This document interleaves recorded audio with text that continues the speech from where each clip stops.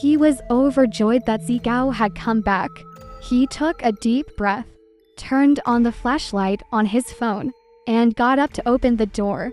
To get to the door, he had to pass through the hallway. He used his phone to light the way, but as he passed by, he couldn't help but shine the light on the light switch. What he saw almost made him sit down on the spot. Under the flashlight's beam, there was a clear black handprint on the switch. CNI felt as if his head was about to explode. He hadn't heard wrong at all. Someone had indeed been pressing the light switch.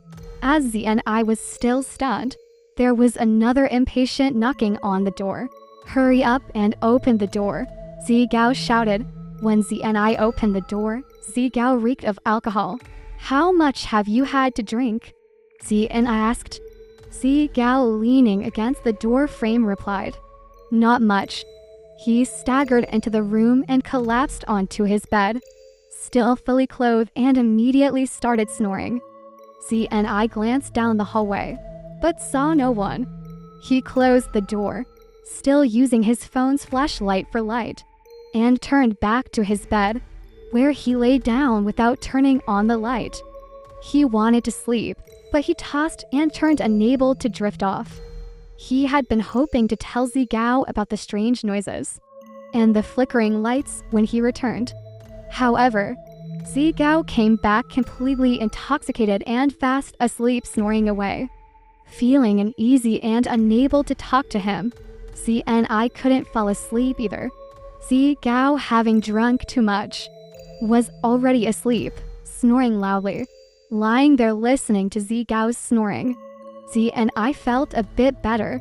Before Zigao had arrived, the silence in the room had been suffocating, almost unbearable.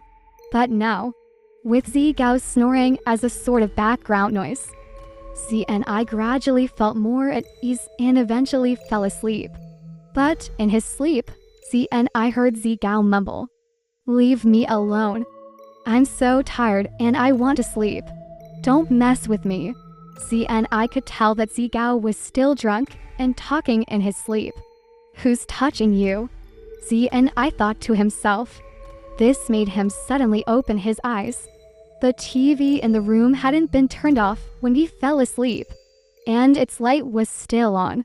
The light from the TV reflected off the full-length mirror in the room. When ZNI opened his eyes, he saw through the mirror a person sitting by Zigao's bed. The figure was dressed in white, and ZNI couldn't make out whether it was a man or a woman, or even see the face. But the figure was lifting Zigao's head with both hands. Zimi's scalp tingled with fear. He quickly turned over, as he had been lying with his back to Zigao and facing the mirror. Now, facing Zigao's bed, he saw no one there. At that moment, Zigao suddenly sat up. ZNI was startled and asked, "Zigao, what's wrong?" Zigao got out of bed without a word and walked straight to the hallway in front of the bathroom. ZNI, sitting by the window, was stunned. Then he heard a click and the lights in the room turned on. Following that, with the sound of the light switch being pressed repeatedly, the lights flickered on and off. ZNI was on the verge of losing his mind. He shouted, "What the hell are you doing?" Then there was a click, and it seemed that Zigao had opened their room door. Next, Zigao let out a scream that could make one's hair stand on end. It was so shrill and high-pitched that it didn't sound like something a grown man could produce. It was the kind of scream one would expect from a woman. Then there was a thud and everything went quiet.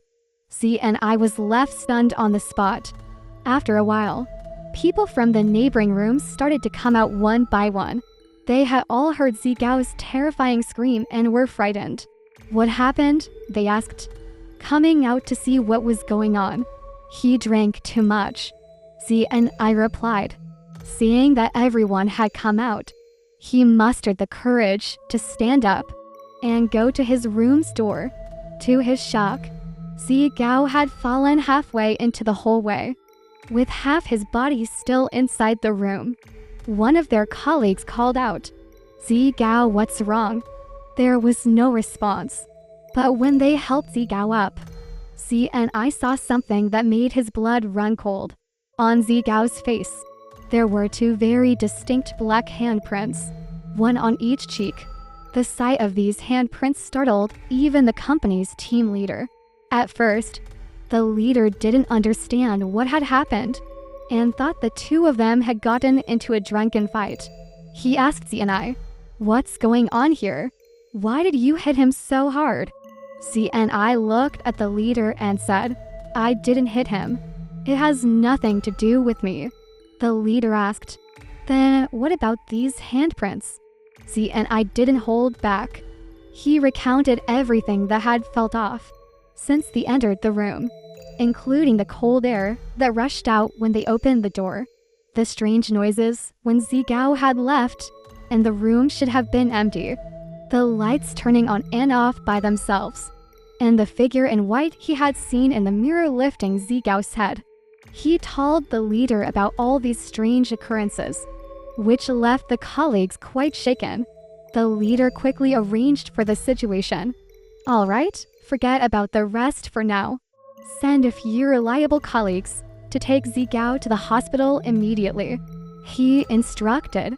While some were taking Zigao to the hospital, the leader took ZNI downstairs to find the hotel's duty manager. However, the leader went into the manager's office alone, leaving ZNI to sit on the sofa in the hotel lobby. He checked his phone and saw that it was already past 2 in the morning, but he felt wide awake, unable to sleep. After about 20 minutes, the leader came out of the manager's office. ZNI thought the leader would ask him to come in and talk to the manager. Instead, the leader asked him, "How are you feeling? Do you feel any discomfort or pain anywhere?" ZNI shook his head. The leader patted his shoulder and said, "Come with me upstairs and change rooms. You'll stay in my room tonight. I'll find another room for myself. Don't worry about the rest." The leader handed ZNI his room card without saying anything else. The leader showed no sign of distrust or blame. He told ZNI, "Don't go back to your room. If you have any luggage or belongings, I'll arrange for someone to get them for you tomorrow. Don't worry about anything else. Stay in my room tonight. And if you feel unwell, call me immediately." The leader didn't say anything more, but ZNI couldn't sleep at all that night. He kept thinking about everything that had happened and wondered what the hotel manager had told the leader. He was certain that something was off about that room in the hotel, but he couldn't figure out exactly what. The next morning, ZNI and the leader went to the hospital where the colleagues had taken Zigao. They learned that after Zigao had sobered up, he had been vomiting and running a high fever, talking nonsense and delirious. The black handprints on his face had gradually turned purple and faded a bit over the night. However, because of this incident, the company's entire trip was temporarily canceled. Most of the colleagues were quickly arranged to take the high-speed train back to the company, while the leader and a few other responsible people stayed behind to take care of Zigao and only returned a few days later. After returning to the company, the leader specifically called ZNI to ask if he felt any discomfort. ZNI replied that he was fine. After a while, the leaders and those responsible for accompanying Zigao returned, but Zigao did not come back to the company. It was said that he had gone home to rest, still suffering from headaches and nausea. With no clear cause found, the company had assigned a dedicated colleague to follow up on his condition. However, ZNI did not see Zigao again and did not respond to messages from him about the incident. 2 months later, ZNI arranged to move back to his hometown in Zhejiang and resigned from the real estate company in Bangbu. After returning to Zhejiang, his contact with former colleagues gradually diminished. When he inquired about Zigao's condition from former colleagues, he learned that Zigao had recovered from his illness, but it had taken a long time, and his health was not as good as before. he did not return to work at the company and instead found a job back in his hometown. Zni and Zigao, along with a few others, had been the stars of the company's sports day, able to dominate various sports events, whether it was running, jumping, football, or basketball. They were considered red athletic champions.